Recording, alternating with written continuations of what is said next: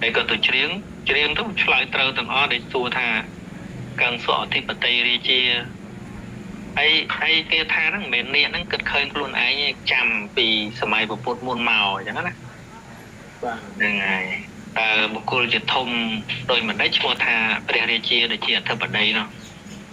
កាន់សក់រាជាសេរោបរាជាដោយមិនដេចដែលឈ្មោះថាមានទលីទៅប្រាស់មានទលីនៅលើក្បាលឯជាតាមនោះដាក់ពួយមកឆ្លើយតាមចម្លើយដែលព្រះអង្គឲ្យនោះនាគនោះក៏ពុំពីទឹកមករឧត្តរមាននោះអត់សង្ស័យច្រើនថាតើព្រះអង្គគង់នៅទីណាទូចឹងបដ ாய் អត់សួរថាណែឯងចេះពីណាទេថាសំណួរនោះមានតែអ្នកត្រាស់ដឹងទេបណ្ដោះព្រោះជាសំណួរដែលរបស់ពុទ្ធហើយសម័យក្រោយមកមានពុទ្ធទីណាអត់ផងនោះចឹងក៏ទៅរកព្រះអង្គទៅនិមិត្តធ្វើជាមនុស្សចូលទៅថ្វាយបង្គំព្រះអង្គហើយនេះហ្នឹងមានសេចក្តីទុកដូចជា5យ៉ាងដេកមិនស្រួលខ្សែកាមគុំកើតវាមិនស្រួលវាមិនសំណុក